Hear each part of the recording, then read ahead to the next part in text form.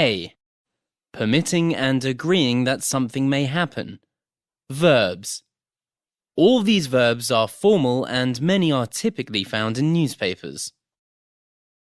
Accede, accept, but often associated with initial unwillingness. For example, the factory owner acceded to the workers' demands. Acquiesce, permit something to happen, but often associated with a degree of secrecy or conspiracy. For example, the foreign minister acquiesced in the plan to restrict imports from certain countries. Assent, agree to something, often associated with plans, proposals, ideas, and so on. For example, the shareholders assented to the takeover.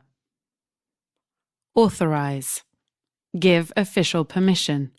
For example, only authorized people are allowed entry.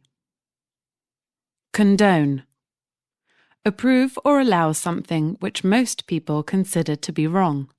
For example, the judge condoned the use of reasonable force by police officers. Countenance, consider giving assent or permission, often used in negative contexts.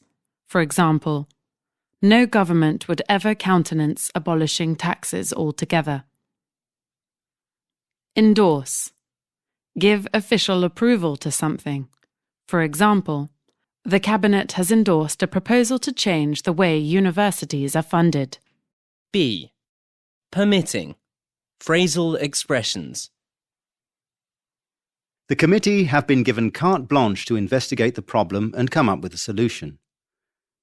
The city has given the go-ahead for the new car park. The city has given the green light to the new car park. C. Prohibiting and disapproving. Verbs.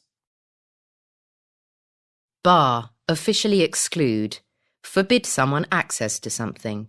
For example, 3 students were barred from using the library because they had damaged books. Clamp down, use your full power to prevent or limit something. For example, the government has decided to clamp down on illegal immigration. Outlaw, make something illegal. For example, Parliament has passed a bill outlawing smoking while driving. Veto, use your official power to forbid. For example, the President has vetoed the plan to open membership of the club to the public. A. Expressions connected with complaining. It is important to use these expressions in appropriate situations. Some examples are given here. The expressions in each group go more or less from weaker to stronger, but much depends on who you are speaking to and what the situation is. More common in informal situations. You've got to do something about that window of yours. It rattles in the wind and keeps me awake. For goodness sake, I'm fed up with all your moaning and grumbling. Cheer up. For goodness sake, I'm sick of all your moaning and grumbling. Cheer up. Look here. I've just about had enough of your stupid comments. Look, this is just not on. You promised to be here by 2 o'clock and it's almost 3. Enough is enough. Please, no more arguments. Be nice to each other. More neutral in tone. I'm not at all satisfied with the service I've received. Something will have to be done about that pile of rubbish. It can't be left in front of the house. I wish you would turn your radio down. I wish you wouldn't play your music so loudly. You never help around the house. It just won't do. You're going to have to change your ways. More common informal situations, typically in connection with bad service or behaviour. I wish to complain about the delay in delivering my order. The carpet in my room is stained and dirty. This is most unsatisfactory. I take great exception to your unfair comments about our committee. I really must object to being made to wait so long before seeing the manager. The water pipe you have repaired 3 times in our kitchen is leaking again. This is simply unacceptable. Your bus driver left the children by the roadside in pouring rain with no adult in attendance. This is shameful. B.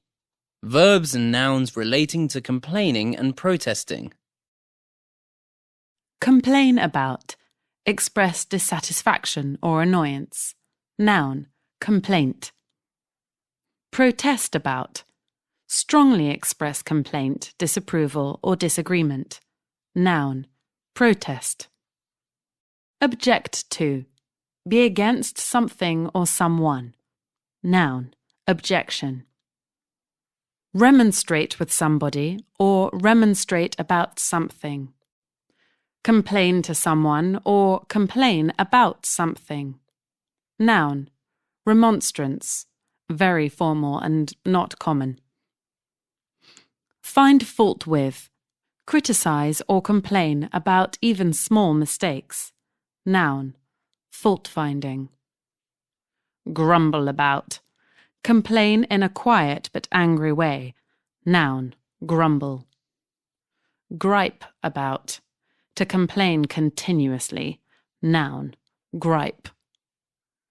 Grouse about. To complain. Usually often. Noun. Grouse. Whinge about. Complain persistently. Noun. Whinge. Whinging.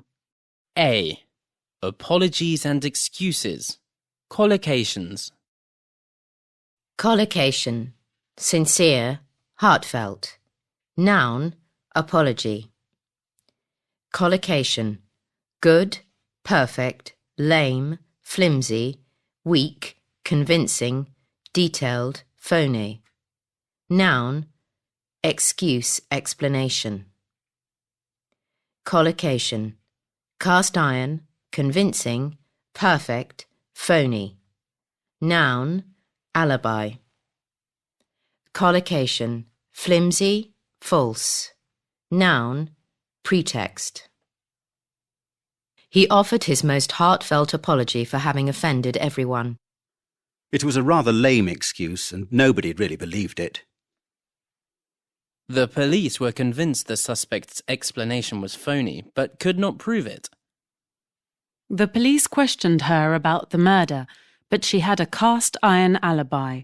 She had spent the whole day teaching at the local primary school. He got an interview with her on the rather flimsy pretext of being interested in her research. B. Regretfulness in legal contexts. Crime Watch.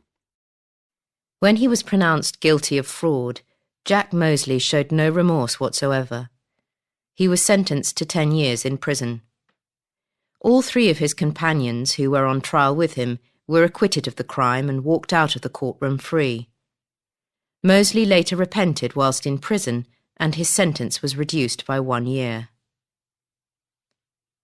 The President issued a posthumous pardon to the man who, it seems, had been wrongly accused of treason.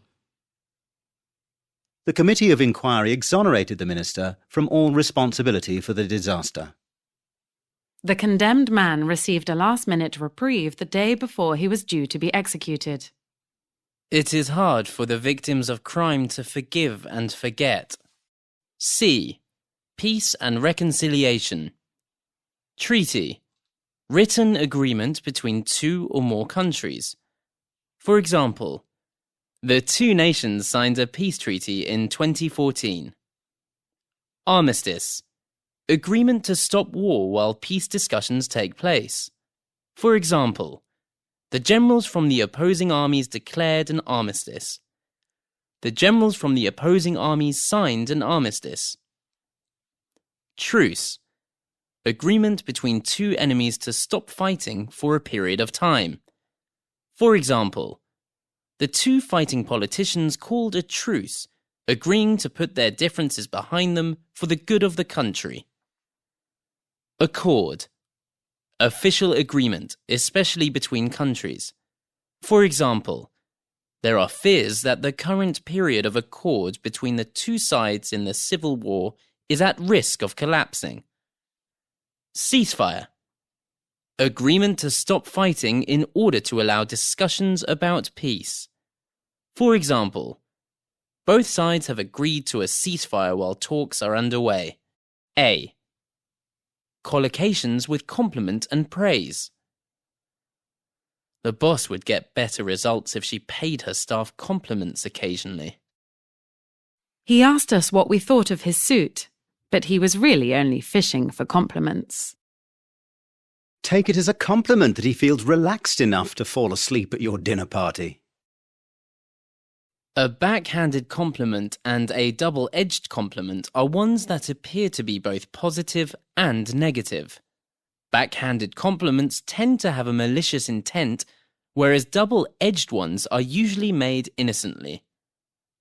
I took it as a backhanded compliment when he said I was looking good for my age.